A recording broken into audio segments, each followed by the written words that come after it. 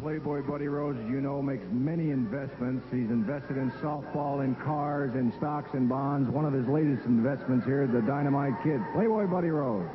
Check it out. My first investment this year was my own softball team, their own uniforms, Playboy, Sassy's, Chassie's, Buddies. Look at all the teams that were in the tournament last week, and the first tournament that I entered them in. We won first place, as Don Cox can tell you. He was there, and we won the championship because of my investment. And speaking of investment, the Playboy invested in a wrestler, the greatest wrestler to come into the Northwest in many years, and his name is Dynamite Kid. Now let me tell you something. Get the camera on Dynamite Kid.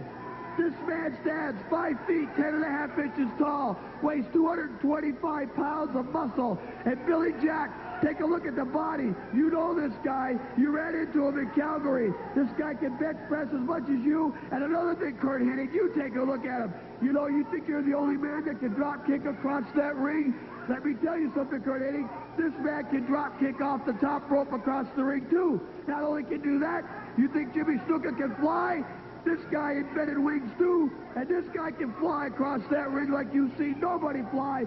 So, I invested in this guy, and Rip Oliver and the clan, I know you offered a lot of money to this man, but money talks, and I offered just a little bit more. Good luck to you, Rip. But Dynamite Kid, welcome to the Northwest, you and me, brother. Thank you, Playboy. It's a pleasure to be with you once again.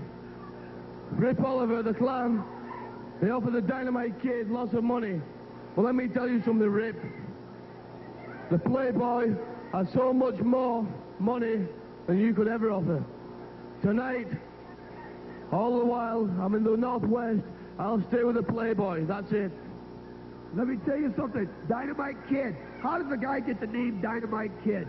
All you got to do is light his fuse and watch what he can do. And you people are going to see what Dynamite can do as a special favor by me, because I invested into the sponsorship tonight just so you people could see him as a favor from the Playboy.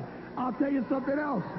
Dynamite Kid, I was in Japan with this man, and this man won the World Junior Heavyweight title over in Japan. And you know what he did? He left the belt there in Japan and said there's no competition, and said, here, I have a tournament. There's nobody that can beat me for this title. So he's undefeated as the World Junior Heavyweight Champion. And now the World Champion's running from him. Nobody wants to go in that ring with Dynamite Kid, and nobody will want to go against Buddy Rose and the Dynamite Kid when we get together, or when he's alone, or when he's with a team. And you can see Doug Savage. He came in here before, and he was Mr. Goody Two-Shoes. And he found out there was no competition that way. He went right through everybody, said, there's no competition, brother, and he left. Now he's back because there is some competition, and we're going to show Billy Jack and Kurt Hennig, you don't mess around with Buddy Rose, you don't mess around with the clan, you don't mess around with Dynamite Kid. The Northwest, watch out. What Buddy Rose failed to mention, in Japan, prior to the match for the Junior Heavyweight Championship, in an elimination tournament, the Dynamite Kid broke the legs of one of his cheapest opponents, one of his best opponents, broke both legs in the same match. Hurt the man, had him beat, went back after the bell rang, broke the other leg. Then he went in against an inferior opponent and crippled him too, and he left the belt over there, called all the Japanese wrestlers trash. That's the Dynamite Kid for you. We're going to have some dynamite tonight. We'll be right back with all that action and the dynamite after this.